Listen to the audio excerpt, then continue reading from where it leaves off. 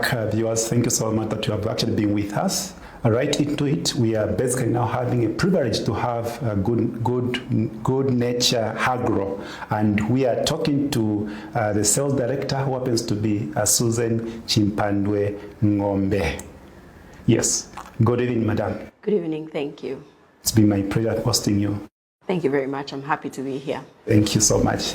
Could you be in a position to make us understand how the journey has been with Good Nature? Are you able to tell us something about it? Yeah, I'm actually excited to share our story. So, like you rightly put it, we're a for-profit social enterprise started out of Chipata district here in Zambia, Eastern Province. And 2014, we started with just 40 farmers, and we've grown over the years to reach over 16,000 farmers throughout the country, and we're also working in Malawi. So like you rightly put it, we are a for-profit social enterprise moving small-scale farmers from poverty into the middle class. And with that, we grow with the farmers through them growing legume seeds as well as commodities. So what we do is we provide markets for both the seed that they grow as well as commodities.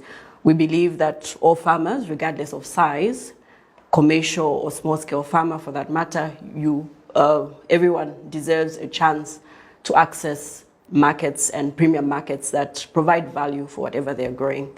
And with that, we have a goal as a company to have these farmers netting at least $600 per hectare of whatever they're producing. And for now, we are primarily working with legume seeds and commodities, so that's groundnuts, beans, cowpeas, and soybeans. And we're also doing research in other crops like maize, sunflower, and sorghum. So that's our approach to this. Quite a very interesting component here, centered on legumes. Obviously, that does not need a lot of, fertilizer and other input. Now, are you able to tell us more about your business model in regards to outgrower scheme? Because obviously, that's what is actually underplaying from what I'm understanding in your own explanation. How is your model in terms of your business side? All right, so as Good Nature, like I mentioned, markets for us are key for any success, be it smallholder or commercial. So we start with identifying markets for whatever commodity or seed that we need these farmers to grow. And we have two sides of the business, two models, if I can call it that. So we have the seed side of the business and the commodity side of the business that we call source. So on the seed side of the business, we have farmers that are grouped to be able to support each other, but to also be supported by what we call a private extension agent, who is he or herself a farmer living in the community and providing trainings to the follower farmers. And for every 10 private extension agents, we have a field supervisor who is a full-time employee of Good Nature Agro, and this particular person is a licensed seed inspector who monitors that the seed grown is grown according to the regulations that the Seed Control and Certification Institute has put in place. Once the farmers have grown, of course, through the season, they are supported, and eventually we as Good Nature buy back the crop they've produced as seed because they grow it following those regulations. And we provide the inputs that they use to grow, including the parent seed that they use for their production. That's on our seed side of the business. And then we have the commodity side of the business, where we work with nearly any farmer that's interested, and of course focusing much on smallholder farmers again. So there as well, very similar model. So we started with the seed side of the model, and we've just adapted to save more farmers. So on the seed, on the commodity side of the business, we have more farmers, up to 100 farmers working under a private extension agent, and we have 800 to 1,000 farmers under a field supervisor.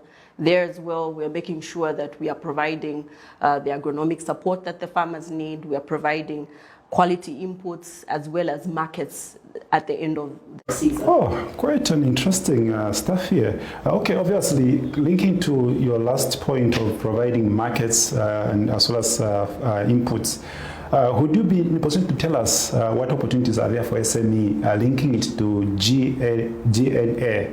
Are you able to highlight or maybe tell the viewers about this scenario? Sure. So we have been linked to some SMEs under the EDGE project that is being funded by USAID. These are farmers in their nature, so they're SMEs that are linked to farming. They run agro-businesses and there are farmers surrounding them. So they've been able to contract farmers around them, and then source seed from us. And when these farmers buy that seed and other inputs that they need, we are then an off-taker for whatever commodities that they're producing. So we have particular classes of beans and groundnuts that have international demand, mainly in South Africa and Zimbabwe, and so these farmers are able to access these markets as well. So these are the opportunities that farmers that rather SMEs that are linked to farming can tap into and work with us as Good Nature. Okay, so what do you have for the SME in terms of tips in regards to quality and standard as well as the produce is concerned? Do you have anything that maybe you have specified with your operations? Absolutely. So as I mentioned, we as a company are looking to sell to international markets. We've started with South Africa and Zimbabwe and Botswana as well. But our goal is to get into the European markets. And for us to be able to get into those markets, we obviously have to have quality commodities that are entering this. So it starts with the growing of the crop. So we encourage that the SMEs, follow through with what trainings we offer. They encourage the farmers under them to follow the practices, the good agronomic practices that we advocate for, as well as ensuring that post-harvest handling is properly done, because that's where the losses come in, and they won't be able to get a premium if the quality is not as good as it should be.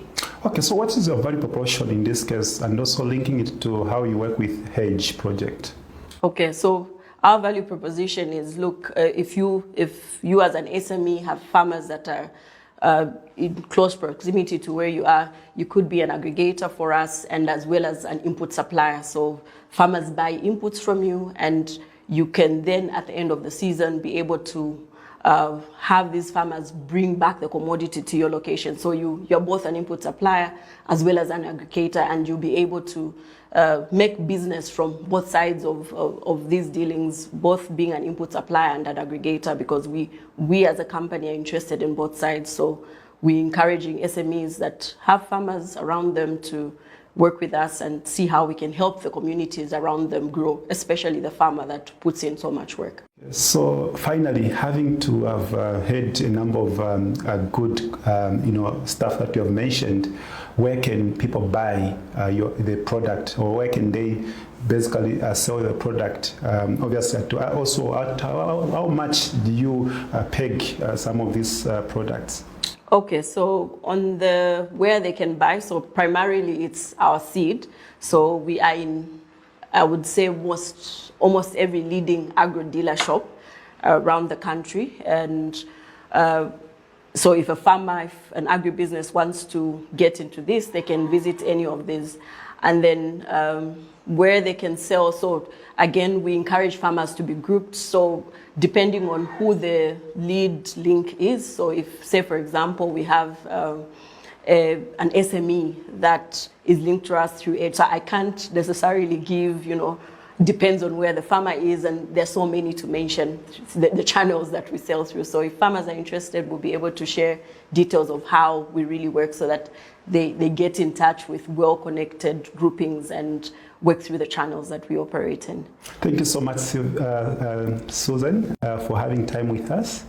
Dear viewers, we have come to an end of this segment. Please do join us on the other side as